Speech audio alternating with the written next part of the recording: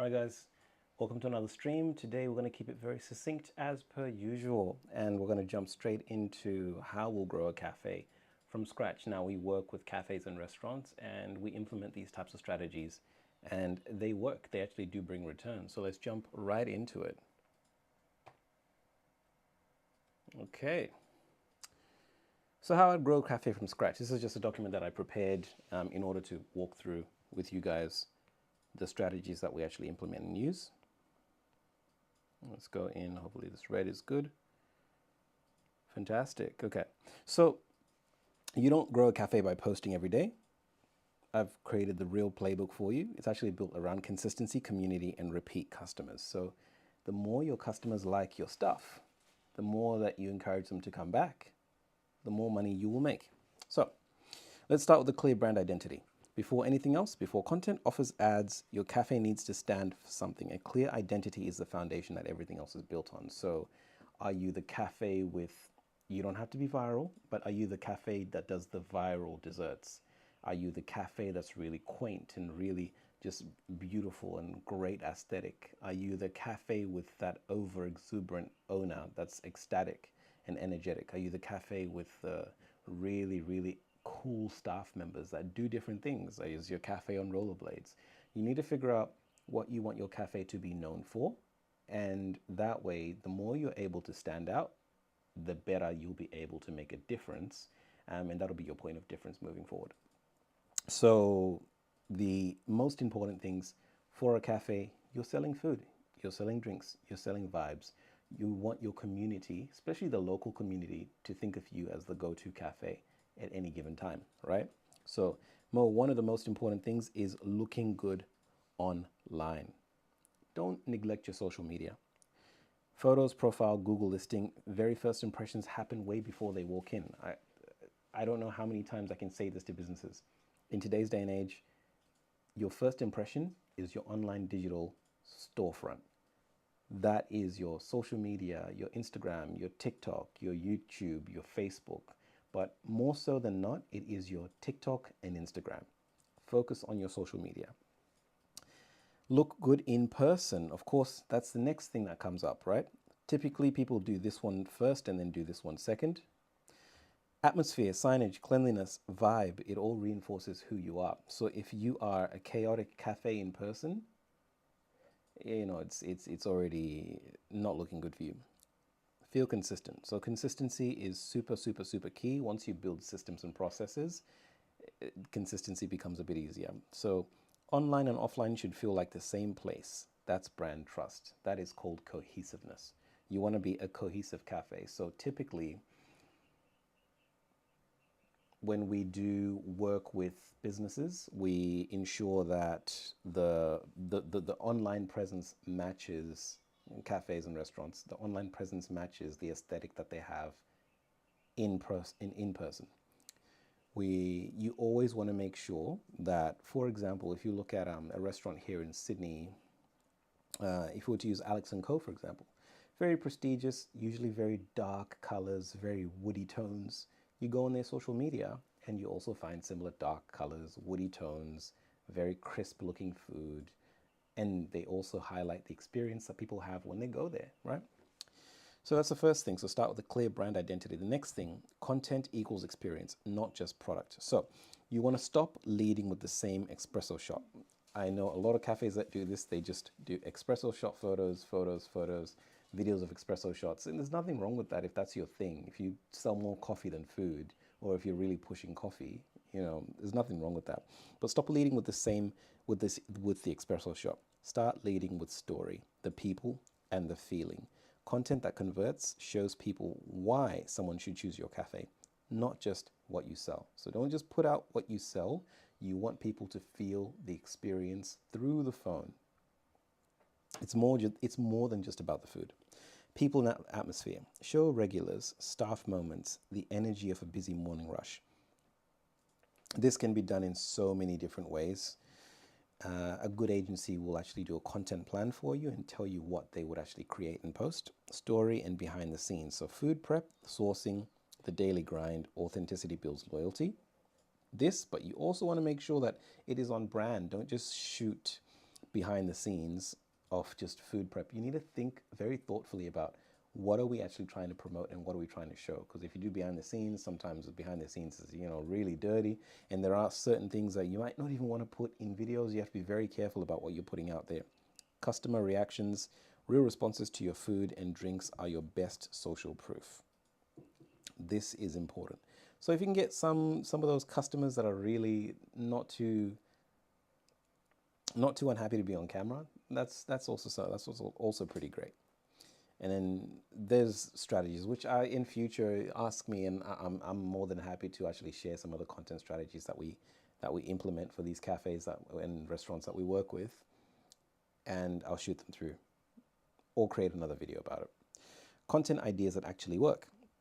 Right, these are the formats that build an audience and keep people coming back to your page and your cafe.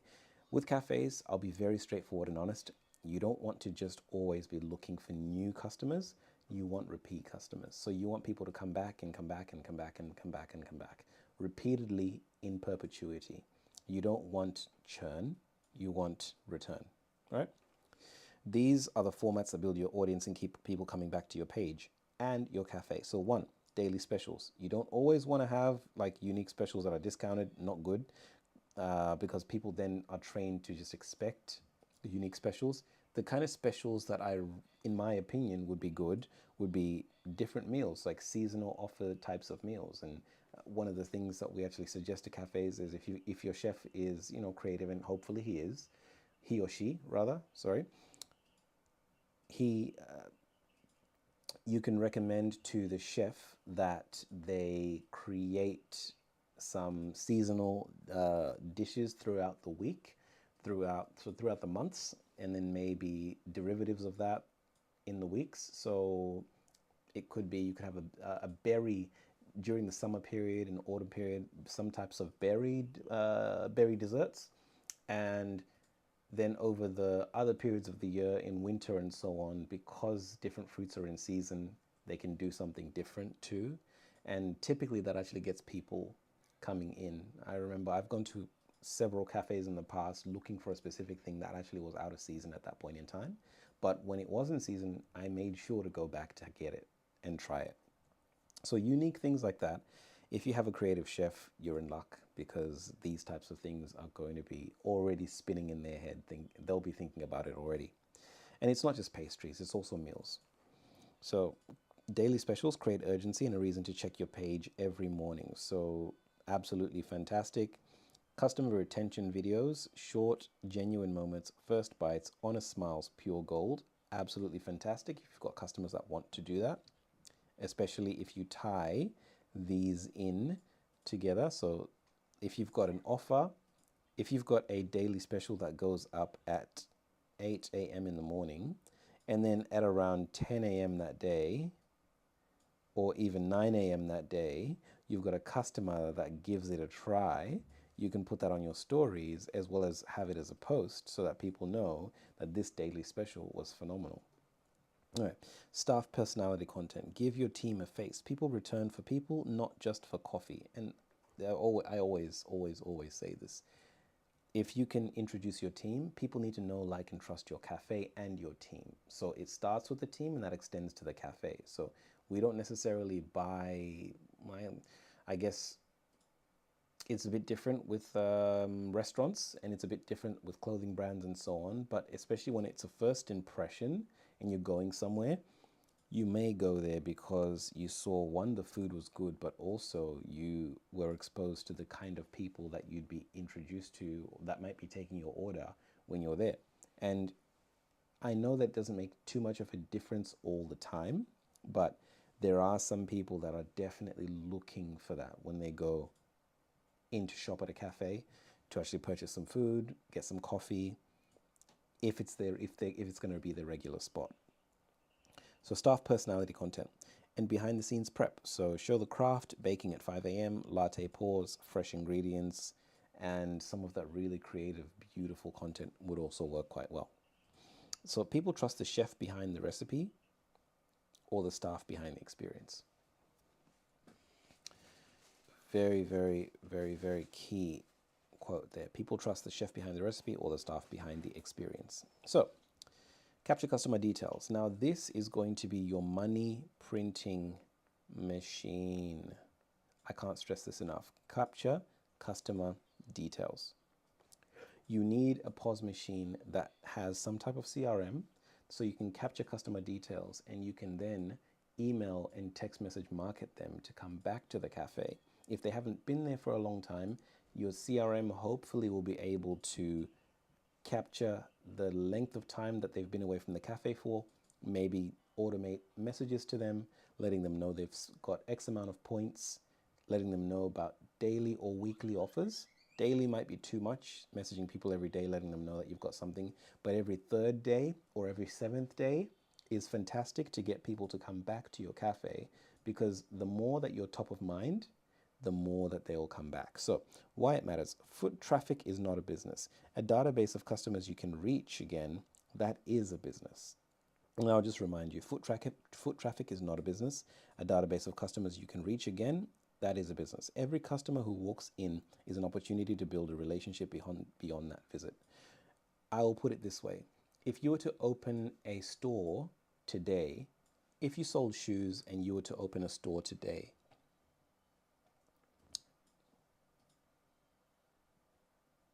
all right. If you sold shoes and you were to open a store today, perhaps I actually didn't do that correctly. All right, there we go. Great.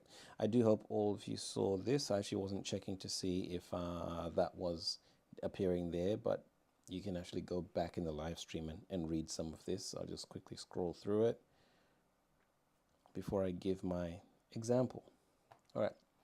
So if you sold shoes and you had an email list of 20,000 people and you're opening up a brick and mortar store, you could email those 20,000 people directly and text message them directly, letting them know that you'll have opening day discounts or special offers, not discounts, opening day special offers on shoes and other things.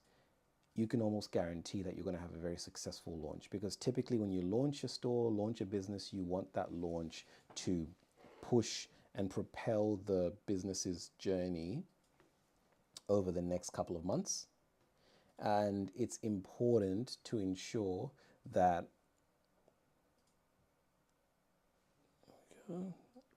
okay, I don't have any issues. I think it's fully working. Yeah, it's important to ensure that you collect and capture customer details. This database is a gold mine for you, because it will be a database of people who are warm to your products, warm to your service, warm to the kind of things that you offer, and they liked it, which is why they gave you their details. People like that will buy from you again. All right, yeah, on to the next. So use a POS system or a loyalty platform that automatically captures details when customers earn or spend points. No manual forms, no friction. Do not do manual forms. Please don't do that. What to collect? You want to collect name and contact details. You want visit frequency. You want points and reward balance. Favorite orders, if your system tracks it. This is one I haven't seen in a system.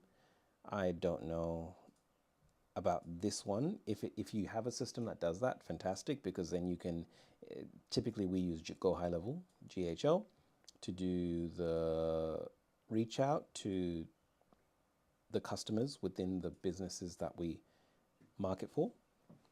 What to do with it? So GHL is an option. Again, we're not an affiliate of GHL. It's just a software that we use, and it works very, very well. It's a web platform. You don't have to download anything. So what to do with it? Send loyalty reminders. Tick golden. Promote daily specials. Tick golden. Not every day. Don't do it every day. They'll opt out, and you don't want them to opt out. Re-engage lapsed customers. Tick. Okay. All right. Re-engage lapsed customers. Fantastic. By this, I'll just explain customers that haven't been there for a while and have sort of like disappeared. Build a repeat customer system. The most expensive customer is a new one. Your focus should be on making every first-time visitor a regular. A structured loyalty system turns a good experience into a habit, right? If they come and experience a good experience the first time, and they are about 40% more likely to come back for the second time, or 30%.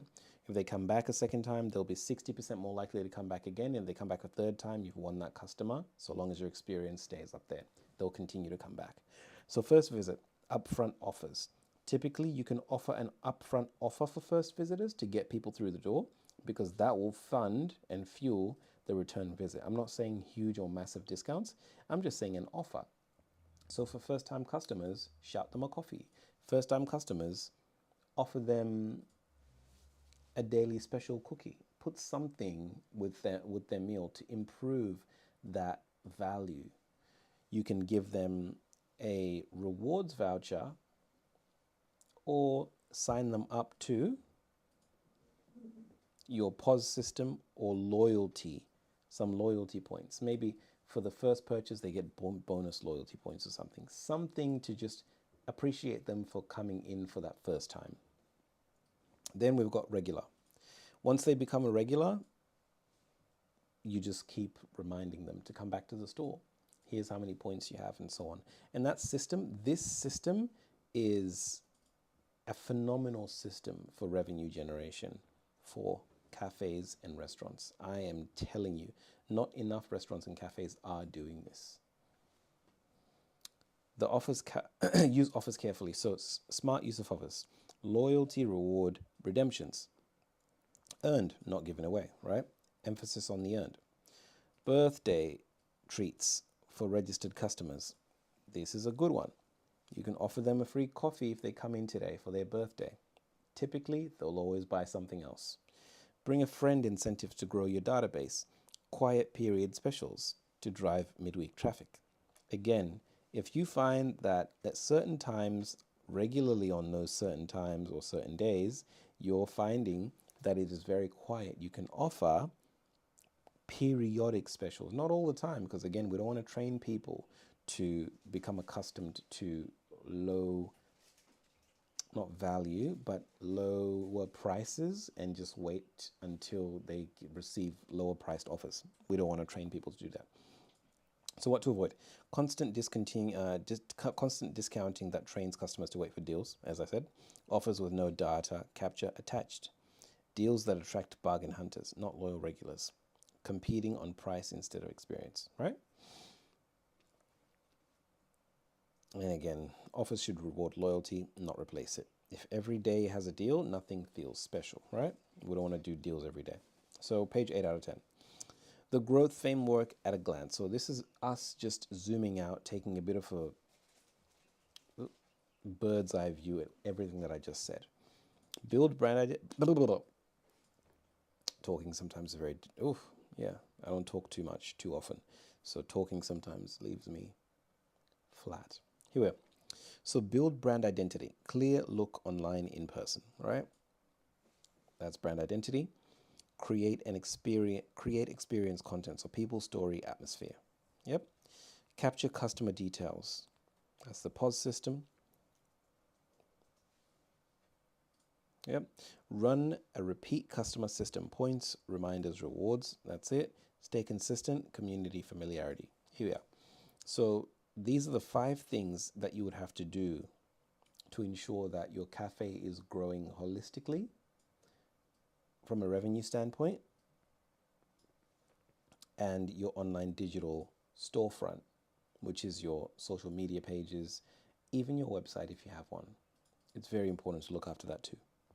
So the 3 pillars of winning cafe: consistency, community, and repeat business. I don't think that needs to be expanded upon any more than that. Consistency, so the same quality, same vibe, same warmth every single day. That's what builds trust. Community, make people feel like regulars, not just customers. Names matter, familiarity matters. This is about having a team that cares, yeah? Excuse my writing, let's try that again. Not much better, but caring. You need a team that cares. If you have a team that cares, it goes a long way. Repeat business. So one-off foot traffic doesn't build a cafe. Regulars who come back twice a week, that does. And so here, the goal is simple. I sort of blitzed through that strategy.